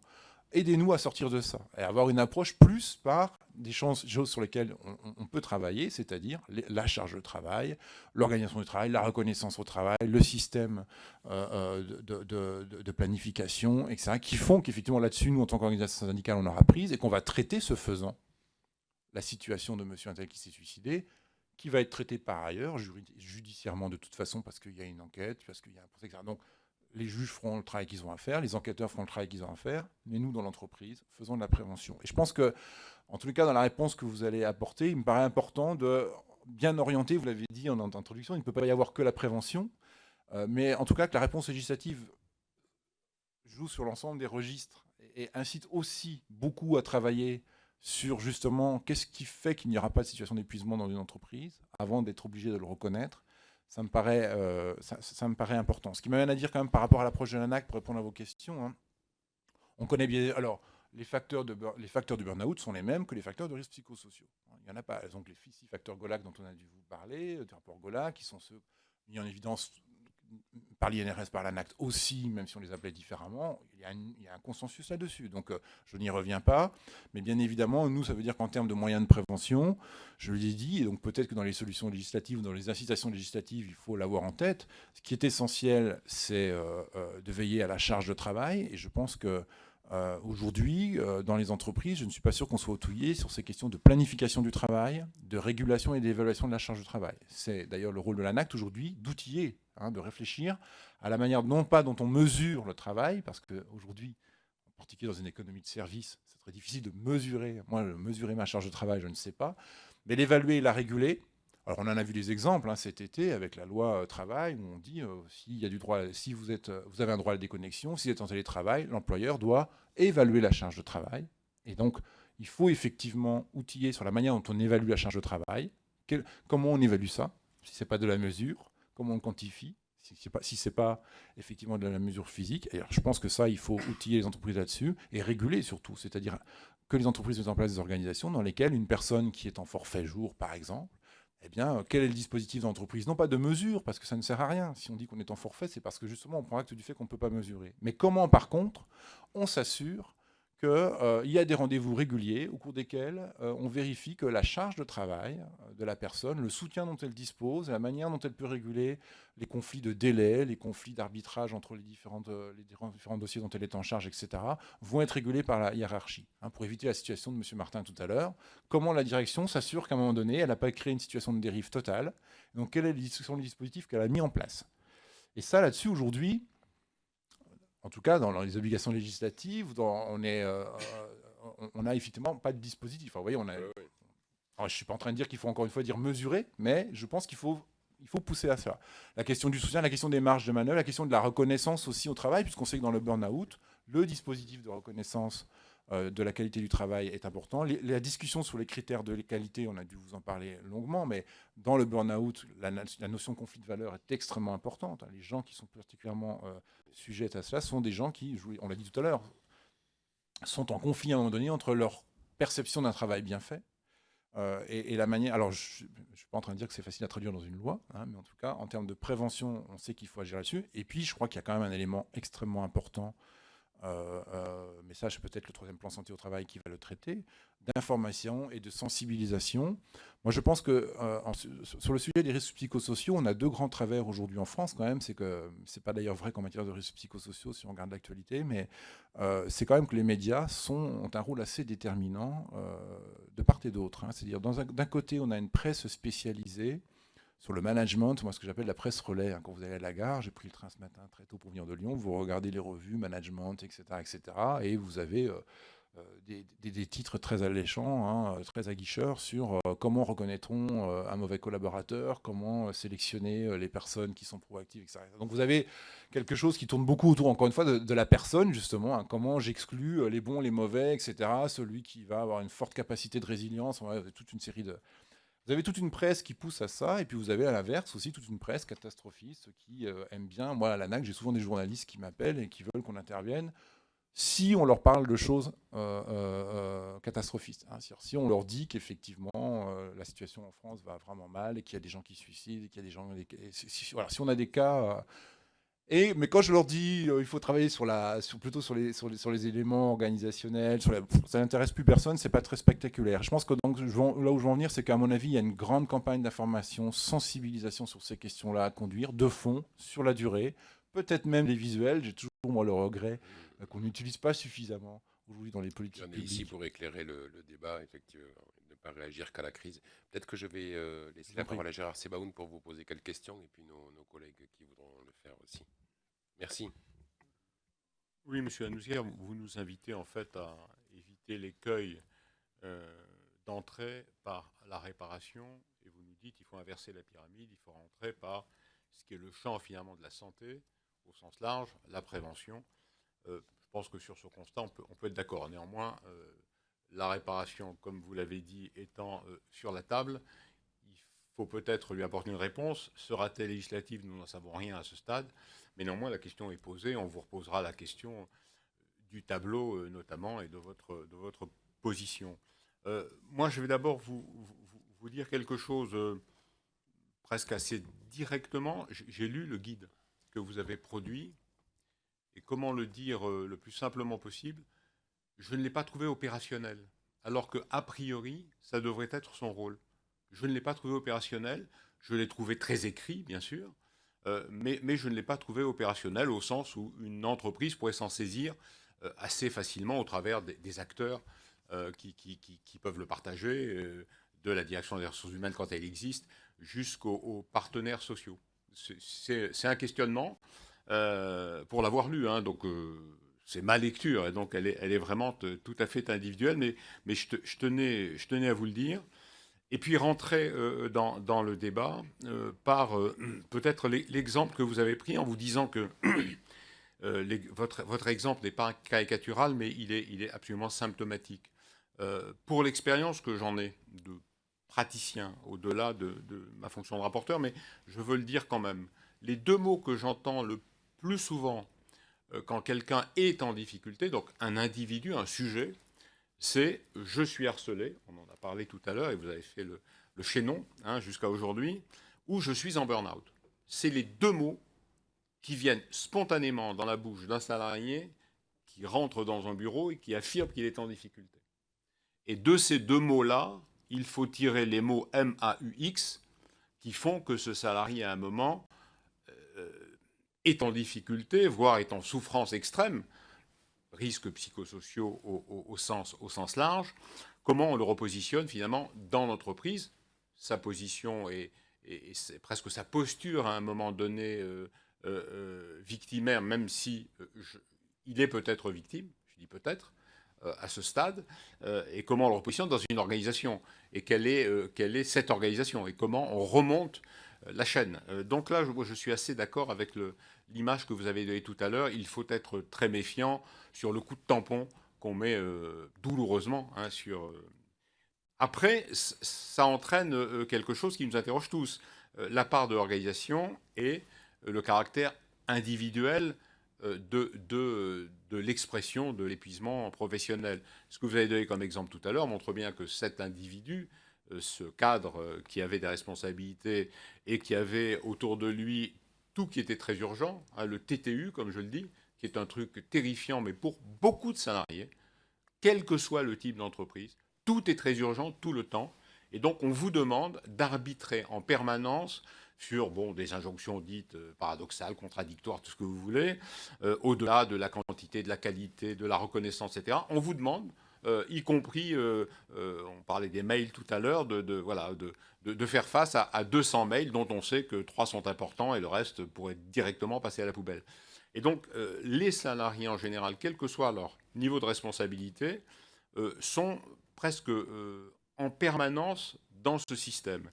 Est-ce que vous pensez qu'une agence comme la vôtre, qui est impliquée sur le terrain, qui voit des petites, des moyennes et peut-être des grands groupes, je ne sais pas, a les moyens de modifier le comportement des directions générales, parce que je pense que c'est là qu'est le sujet, c'est-à-dire de convaincre des dirigeants que améliorer autant que faire se peut les organisations et donc leurs conséquences sur les individus ou sur les collectifs de travail est facteur de compétitivité.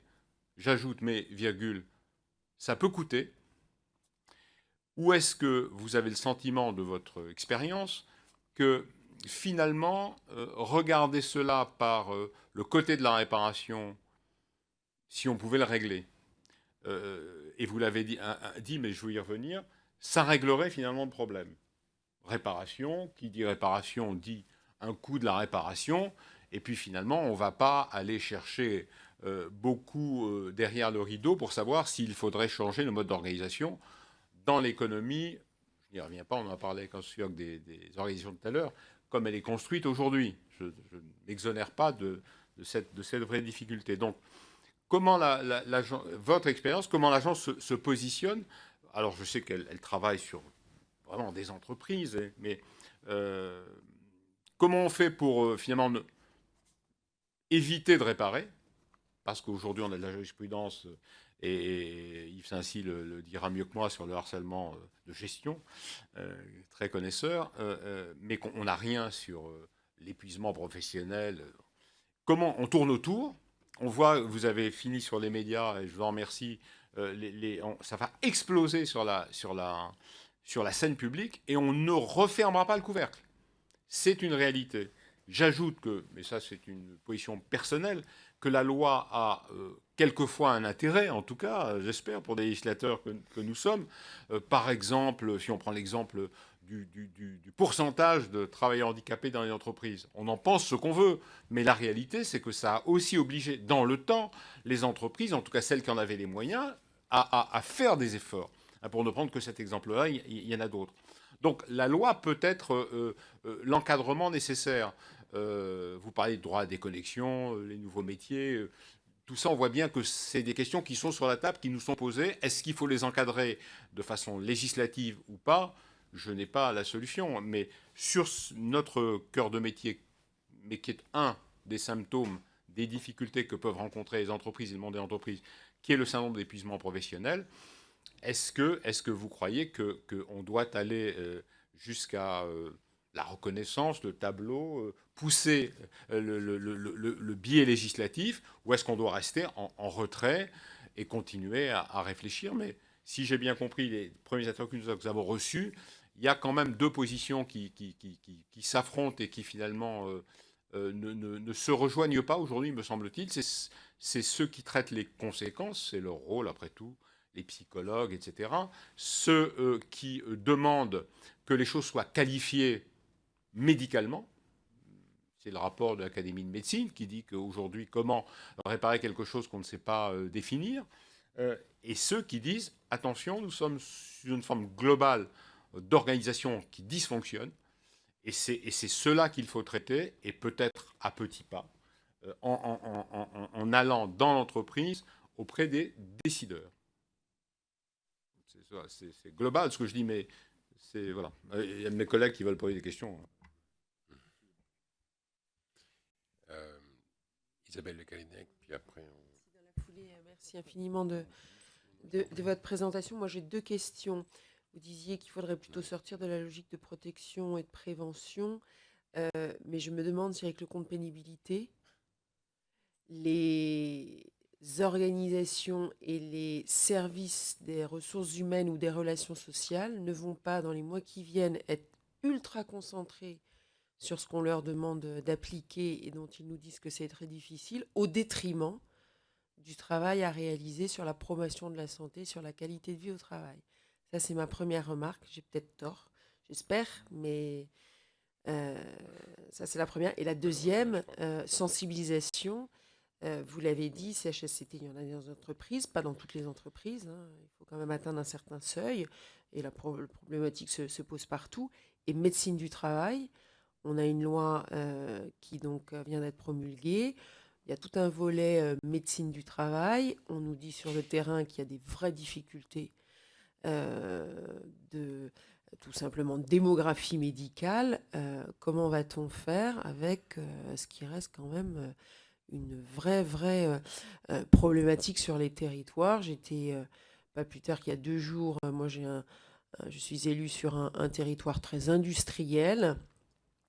Plus ça va, plus les relations sont compliquées entre les chefs d'entreprise et les médecins du travail. Pas cette possibilité d'obtenir de rendez-vous. La possibilité aussi que vous aviez d'envoyer vos salariés en proximité. Désormais, il faut faire une demi-heure, 1 heure de route pour aller rencontrer un médecin du travail. C'est un vrai problème.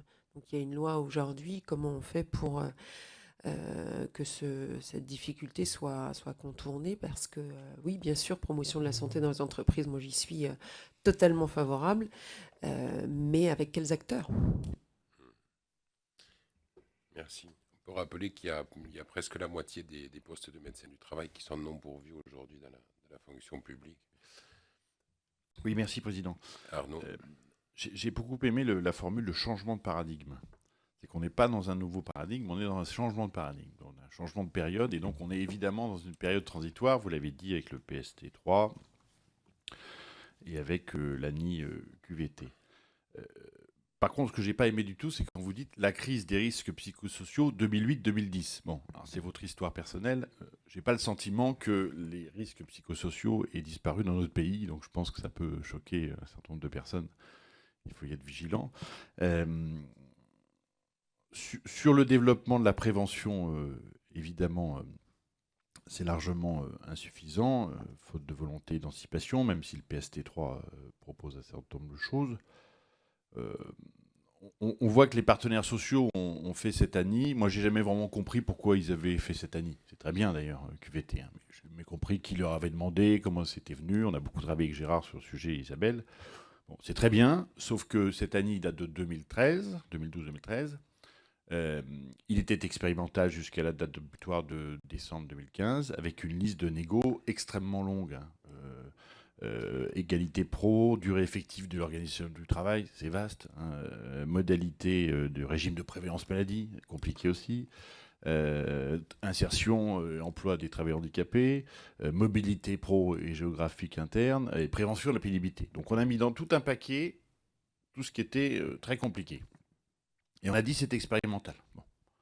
Alors, un certain nombre de branches ou d'entreprises ont joué le jeu. Ils doivent se compter sous les doigts d'une main ou deux. Et encore, l'expérimentation est finie. La loi Rebsamen, de m'arrêter si je me trompe, Gérard, tu la connais mieux que nous, a dit que pour les entreprises qui étaient sous un accord, on remettait en fait l'obligation de mettre en œuvre la négociation QVT au 31 décembre 2018. Et donc, on est dans un paradoxe, au-delà du changement de paradigme, c'est qu'on aura eu cette négo 2012-2013 et l'obligation de la négo 2019. On est vraiment dans un SAS, mais le SAS, il aura duré 6 ans. C'est ce qui m'inquiète le plus, c'est que le constat, vous le faites, même si, comme vous dites, quand vous dites qu'il faut, ou que le PS3 dit qu'il faut promouvoir le travail en faisant en sorte que celui-ci soit un facteur de santé. Il faut pas trop le dire dans les entreprises, hein, ce genre de choses. Hein. Je ne suis pas certain que l'ensemble de nos compatriotes puissent imaginer que les pouvoirs publics puissent dire ça. Bon, enfin, bon. Donc on est vraiment dans un sas qui va avoir duré 6 ans. C'est toujours insupportable d'obliger les entreprises et les partenaires sociaux à négocier, mais c'est quand même le fruit de la relation sociale, où cette négo complexe, relative à la qualité du travail, avec ce que ça emmagasine de l'ensemble des sujets, sera obligatoire. Avec le paradoxe qu'a soulevé Isabelle, c'est que en plus la pénibilité et donc tous ces sujets compliqués vont devenir le cœur de la problématique des RH là. Donc peut-être que la loi Rebsamen était extrêmement diligente vis-à-vis des partenaires sociaux et des entreprises, et je pense qu'elle l'est trop en fait. Donc de reporter l'obligation aux entreprises après le 31 décembre 2018 me paraît pas une très bonne idée. Et puis après, vous évoquez la difficulté de définir juridiquement les choses, mais moi je voudrais avoir votre sentiment sur les avertisseurs, ceux qui vont avertir, ceux qu'on appelle les personnes compétentes en prévention, sujet sur lesquels on n'a pas vraiment de définition et qui reste un problème. Et même si je suis convaincu que ce que vous dites sur M. Martin et l'inspecteur du travail de 2000 est intéressant, mais est-ce que l'inspecteur du travail d'aujourd'hui, face à la situation de M. Martin, au lieu de mettre l'amende à M. Martin, aurait mis l'amende à l'entreprise?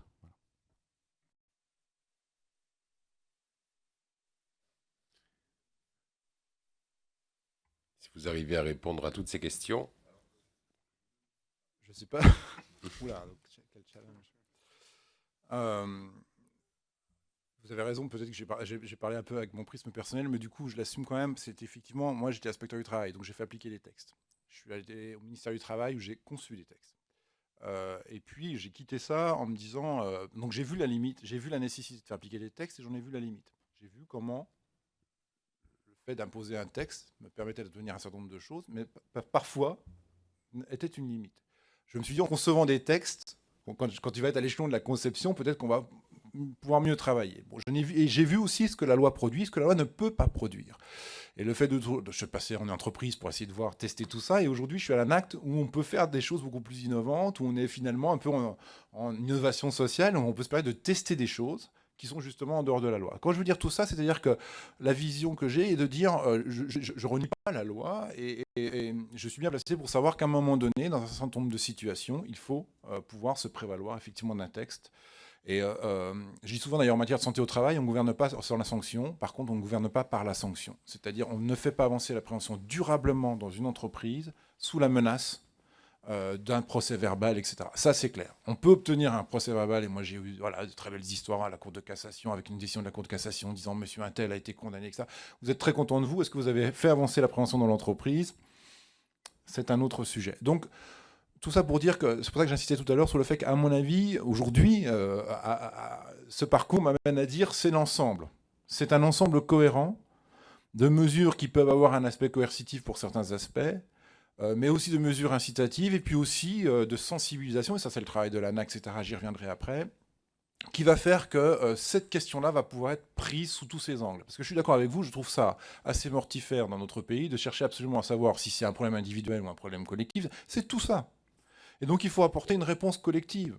Il faut apporter des réponses individuelles. Il faut parfois permettre à la personne de reconnaître effectivement sa douleur. Moi, qui suis-je pour avoir l'outrecuidance de dire qu'il ne faut pas reconnaître les pathologies de personnes qui sont en vraie difficulté? Il y a une victime.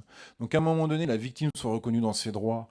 Ça me paraît évident. Par contre, effectivement, ce que je pense, et c'est pour rebondir sur ce que vous avez dit, c'est que attention à un dispositif dans lequel toute l'énergie, c'est ça que je voulais dire tout à l'heure, toute l'énergie de l'entreprise serait concentrée sur effectivement la réponse juridique à la reconnaissance, ou en tout cas comment j'y échappe. Et vous avez parlé de la pénibilité, vous avez parlé aujourd'hui, j'entends à nouveau aussi des sujets autour de la traçabilité individuelle. Ce qui est sûr, c'est qu'effectivement, la mesure induit le comportement. Chaque fois qu'on a une mesure...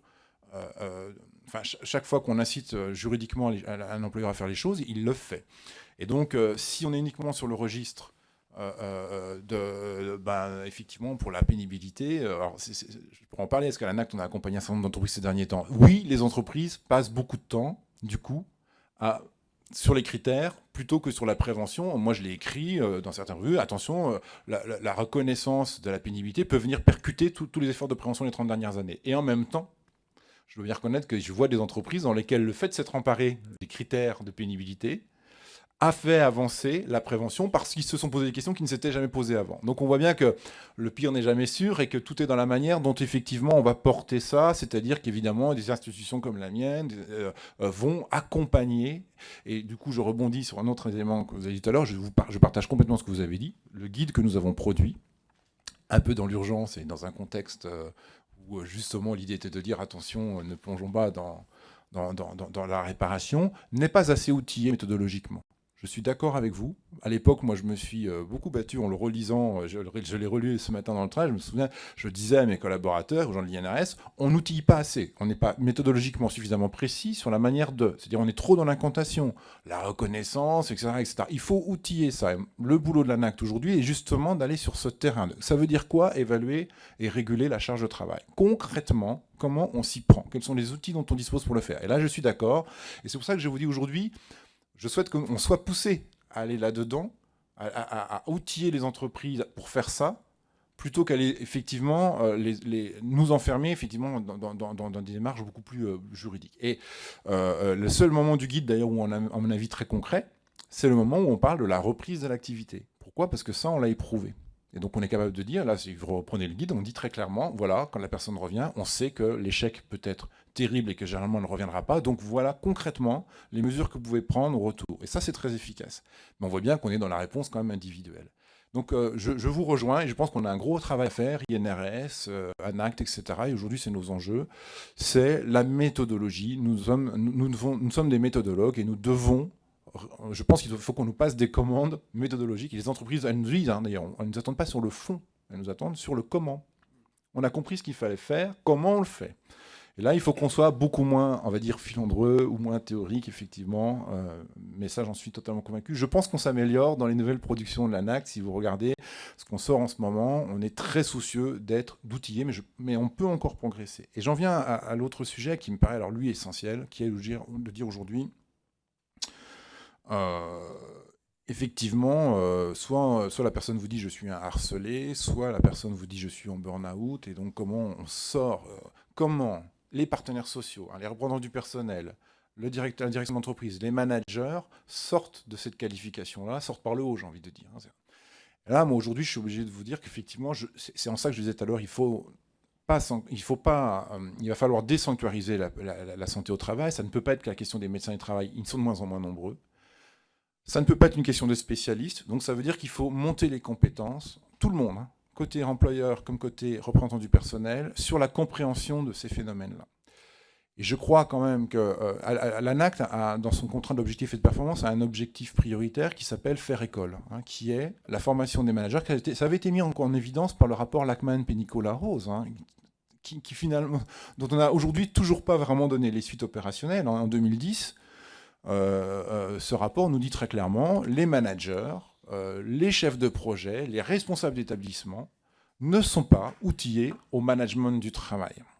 Aujourd'hui, quand ils conduisent un projet, la dimension humaine du projet, la conduite du changement, la conduite de projet, la manière dont on intègre dans la conception même du projet les conditions de travail, n'est pas du tout intégrée. Et ça veut dire que ça nous renvoie à la formation initiale et à la formation continue du manager. À l'heure actuelle, à l'ANACT, on travaille, nous sommes en train de terminer une audition de 150 personnes, des chefs d'entreprise, des grandes universités, des chefs de projet, des salariés, autour de ces questions-là. Et donc, on va sortir prochainement un document avec des propositions que l'on souhaite justement suffisamment percutantes pour inciter les entreprises en formation continue et en formation initiale à répondre aux besoins du management. Aujourd'hui, la question, c'est ça. C'est qu'attend-on d'un manager et de quoi a-t-il besoin pour le faire? Aujourd'hui, un manager, c'est quelqu'un qui doit conduire des projets de transformation dans les entreprises. C'est ça qui se passe dans les entreprises. Voilà. Quand on il y a des modifications. Et ils ne savent pas le faire, et c'est faute d'avoir été outillés pour le faire qu'on se retrouve avec des situations de risques psychosociaux, avec des situations dans lesquelles on n'a pas su évaluer la charge de travail a priori, parce qu'on n'était pas outillé pour le faire, et qu'à un moment donné, on constate que toute la conception de la nouvelle transformation, eh bien, conduit à des situations d'épuisement, des situations, etc. On est outillé, on sait faire, hein, aujourd'hui, on sait travailler sur ces questions-là. Donc nous, on pense qu'il faut qu'on crée une offre de service, mais compte tenu du fait que les effectifs, les troupes de prévention dans les entreprises sont faibles, il faut que ça ne soit pas que des spécialistes. Il faut bien évidemment former des spécialistes, mais il faut aussi faire monter en compétence l'ensemble, encore une fois. Nous, on pense particulièrement aux écoles d'ingénieurs et aux écoles de management, hein, sur ces questions du travail. Alors, il y a de plus en plus d'initiatives qui se prennent dans ces écoles-là. Elles sont encore un peu erratiques. Mais je pense que la prochaine marche à gravir qui fera qu'on passera à une logique de promotion de la santé, elle se fera là. Donc, c'est un travail de 20 ans, minimum. Il faut qu'on soit très, très lucide. Aller changer les maquettes pédagogiques des écoles de management, etc. C'est très compliqué. Mais ça marche. Nous, aujourd'hui, on travaille avec des grandes écoles sur des cas d'entreprises qu'on soumet, y compris d'ailleurs dans des écoles de la fonction publique, sur la manière dont on demande, on outille les managers pour éviter ce type de situation. Pour éviter d'arriver à des situations dans lesquelles la transformation conduit à du burn-out, conduit à de l'épuisement, conduit à des situations de harcèlement, conduit, peu importe la manière dont on les qualifie. Ce qui est important, c'est la manière dont on a conçu le changement. Et ça, pour moi, ça passe par effectivement, je ne sais pas si je réponds à votre question, mais un effort monumental, c'est très ambitieux, ce que je suis en train de dire là. La prochaine étape, elle ne passera pas uniquement par la formation des membres du CHSCT ou les responsables hygiène sécurité. C'est véritablement dans la formation initiale et la formation continue des managers, des ingénieurs, qui aujourd'hui n'en font pas du tout cas. Ils ne sont pas du tout préparés à ça. Que l'on arrivera effectivement à faire monter ces personnes en maturité. Et on a des exemples, hein. On a des très beaux exemples. Nous, on travaille à l'heure actuelle sur la formalisation d'un cadre, d'une construction d'usine, où le manager a complètement, et là j'en reviens à ce que vous évoquiez, monsieur, sur l'accord qualité de vie au travail, où le manager a intégré cette logique de qualité de vie au travail en faisant quoi? Moi, il me semble qu'un des éléments essentiels de l'accord qualité de vie au travail, d'abord sur le fond, c'est le fait qu'encore une fois, il fait le lien entre la performance et les conditions de travail. Et donc ça veut dire que si je suis convaincu de ça, quand je conçois ma future usine, pour reprendre mon exemple, je vais profiter de la connaissance et de l'expérience que les salariés ont des conditions de travail antérieures pour optimiser d'une part l'efficacité productive, mais d'autre part leurs conditions de travail. C'est-à-dire que je ne vais pas modifier l'usine et ensuite m'apercevoir qu'il y a des effets de conditions de travail. Je vais mettre en place une organisation dans laquelle, dès la phase conception, ils vont pouvoir expliquer. Et l'exemple auquel je pense en ce moment, qu'on est en train de... C'est une usine dans laquelle l'entreprise a perdu, dans un premier temps, 10% sur les investissements. Mais aujourd'hui, en ayant intégré les salariés dans la phase conception, dans une logique qualité de vie au travail, c'est-à-dire comment je suis productif tout en ayant de meilleures conditions de travail, aujourd'hui, cette entreprise-là, elle a largement rentabilisé son investissement parce que lorsqu'elle a un changement d'outillage sur une presse énorme, au lieu de mettre 3 jours comme elle le faisait avant, le fait d'avoir demandé leur avis aux opérateurs qui ont dit mais il faudrait qu'on puisse ne pas avoir besoin d'un chariot automoteur, il faudrait que ça soit un pont qui puisse arriver, il ne faudrait pas que les pièces elles soient dans la fosse, mais il faudrait qu'elles soient sur le côté, etc. Aujourd'hui, ils mettent 8 heures pour changer une pièce qu'ils mettaient avant 3 jours à remplacer. Quand on fait ça, on fait de la qualité de vie au travail, c'est-à-dire on crée des espaces de discussion qui ne sont pas des espaces, ne sont pas des nouvelles instances représentatives du personnel, c'est des espaces dans lesquels effectivement on met les salariés en possibilité d'aborder ces questions-là. Alors vous me disiez pourquoi les entreprises le feraient, je reviens sur ce que j'ai dit tout à l'heure. Moi aujourd'hui, les entreprises ne viennent pas me voir en me disant monsieur Lanouzière, aidez-moi à faire les comptes pénibilité, aidez-moi à embaucher des seniors ou à embaucher des femmes.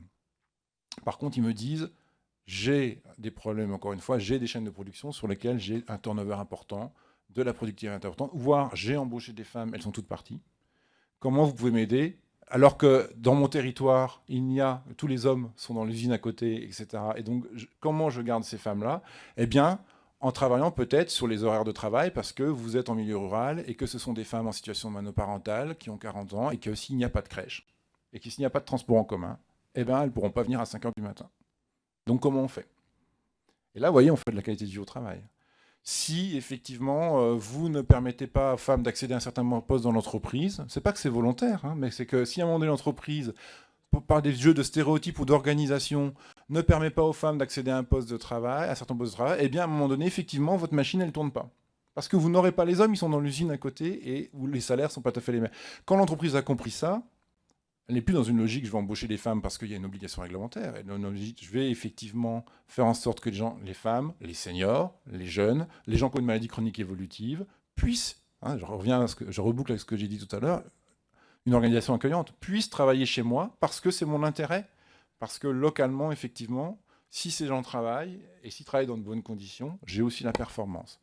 Maintenant, je voudrais quand même aussi conclure sur le fait que dans le 3e plan santé au travail, on l'a dit, il faut documenter ça. C'est-à-dire qu'aujourd'hui, nous n'avons pas suffisamment d'études qui permettent de faire cette démonstration du retour sur investissement. On le dit souvent, un peu trop souvent de manière incantatoire. La démonstration me paraît... Là, l'exemple que je vous cite est une démonstration. Je pense qu'il faut qu'on en ait un peu plus pour arriver effectivement à convaincre des entreprises qui aujourd'hui sont confrontées à des problèmes de cette nature-là, que le paramètre de performance sur lequel elles n'ont pas encore joué, c'est les conditions de travail. Il y a au moins la limitation ou la diminution des arrêts de travail pour santé mentale, qui est quand même la première cause à la fois d'arrêt de travail et donc de coût.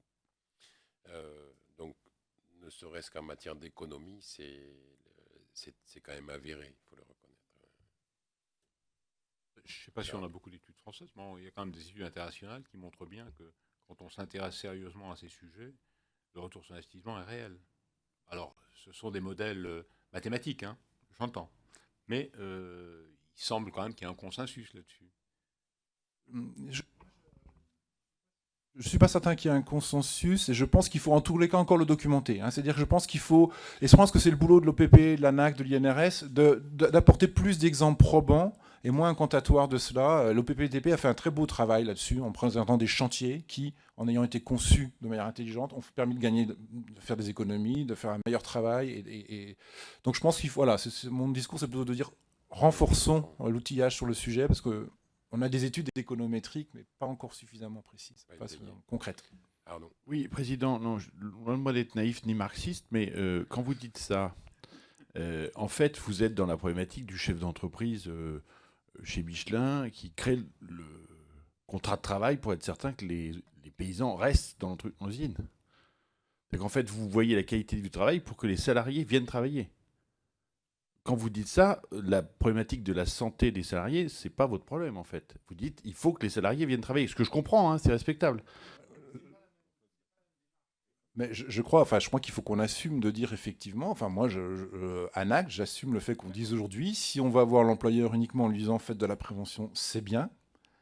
Embaucher les femmes, c'est bien. Embaucher des seniors, c'est bien. Je pense que c'est un argument dans le système économique dans lequel nous sommes, c'est un argument insuffisant. Et je pense que la valeur ajoutée de l'accord QVT, c'est qu'il sort du travail comme un risque, mais qu'il dit, faisons le pari effectivement que les deux sont plus que conciliables. Il y a même un effet de synergie entre effectivement les conditions de travail. Mais il faut que l'employeur effectivement ait un retour sur investissement. Et je crois qu'il faut assumer le fait de dire, c'est ce que dit l'accord QVT, c'est un paramètre de la performance. C'est une bonne nouvelle. Moi, j'en fais mon beurre en tant que préventeur. Ça me permet de mieux passer mes messages si effectivement l'employeur les fait siens parce qu'il est convaincu que c'est ainsi un intérêt économique. Je crois que si on est uniquement sur le registre de la bienveillance, comme le dit M. Lachmann lui-même, d'ailleurs dans son rapport, il dit on est totalement convaincu quand on dit que la santé salariée c'est important, mais dès qu'on a le dos tourné, on regarde les indicateurs de productivité et puis hop, on replonge dans... C'est pour ça que la démonstration de la performance économique la démonstration concrète me paraît essentielle parce qu'on a aussi quand même des cas d'entreprise. Je parlais de la crise, c'est pour ça que je parlais de crise tout à l'heure, c'est que ce qui s'est passé quand même en 2008, donc il y a eu France Télécom, puis derrière le plan d'urgence, mais on a découvert à l'époque, beaucoup d'entreprises me disaient, mais vous savez, on a aussi beaucoup gagné d'argent ces 20 dernières années, sans faire tout ce que vous dites. Donc la seule chose, c'est qu'à un moment donné, il y a eu cette crise qui a fait que ça a duré un certain temps jusqu'à ce que... c'est ça qui a fait avancer les choses, qui a fait basculer. Absolument. Monsieur Anougir, sur la notion de tableau, pas tableau, construction, pas construction, vous n'avez pas pris position. C'est quoi votre position? Je crois que vous avez un peu pris position, vous allez nous le dire. J'ai un peu pris position. Moi, encore une fois, je pense que... dire il ne faut pas de tableau, quoi qu'il arrive, encore une fois, ça me paraît... il y a des victimes et il y a des personnes qui sont dans des situations de non-reconnaissance. Donc le dire d'où je suis, c'est un peu trop facile. Donc moi, je suis convaincu qu'il faut un ensemble de mesures. Est-ce qu'il faut un tableau? Je pense que ça va être une grande difficulté de qualifier les 3 colonnes du tableau. Voilà. C'est une immense difficulté et que cette énergie consacrée à ça, effectivement, soit plus coûteuse que, que le bénéfice qu'on pourrait tirer peut-être d'une réflexion encore approfondie sur la manière dont on pourrait faire de la prévention et inciter les entreprises, y compris par des voies législatives, mais les inciter effectivement à aller sur ce terrain-là. Honnêtement, instruit par l'expérience des suicides ou du harcèlement moral et de ce que ça produit dans les entreprises au détriment de la prévention. Effectivement, c'est pas ce que vous dites, c'est pas le tableau ou rien. C'est peut-être aussi d'autres propositions, d'autres solutions, d'ailleurs qui concernent plus un plan politique aussi. Je ne sais pas si Gérard Sebaoun veut poser des questions encore. Juste une dernière. Le décret Rebsamen qui est paru récemment, enfin le décret de la loi Rebsamen qui est paru récemment en juin sur la nouvelle manière d'appréhender les maladies hors tableau par les commissions, avec l'introduction d'une méthode et éventuellement d'un psychiatre. J'avoue que j'étais assez dubitatif de l'inscription dans la loi de ce qui a été écrit, parce que je trouvais que c'était presque redondant, et que la réalité permettait déjà de le dire. Néanmoins, est-ce que vous avez un avis là-dessus? Est-ce que vous pensez que ça peut faire avancer les choses? Est-ce que vous pensez que c'est...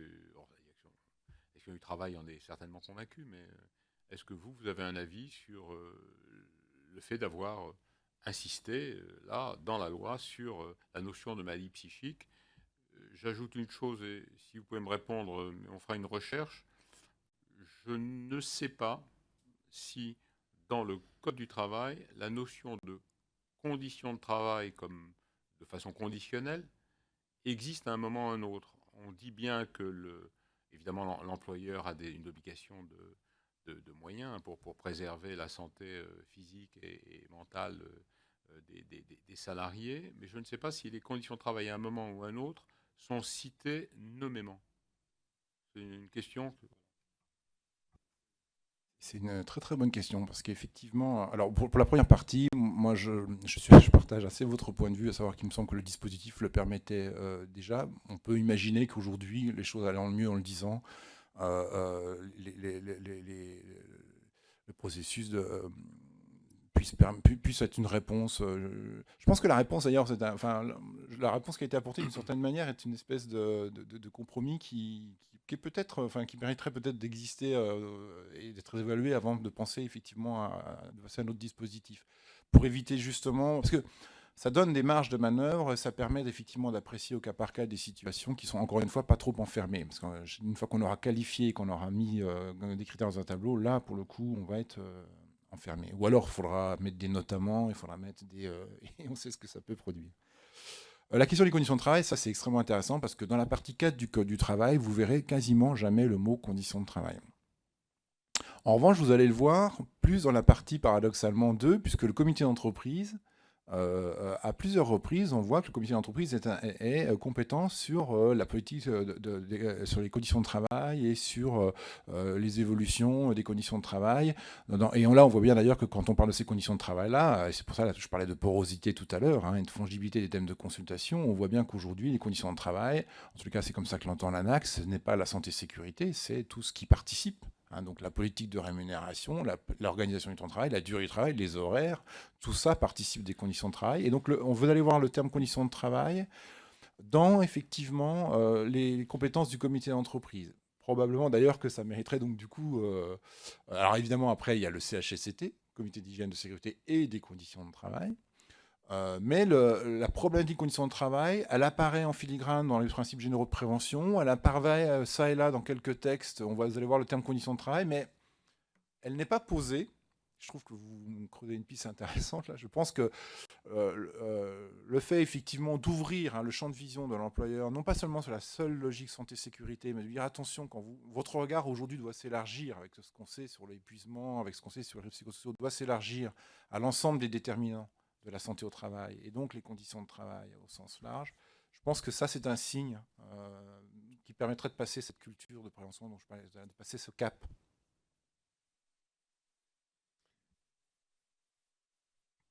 Très bien, merci beaucoup, Monsieur Lanouzière.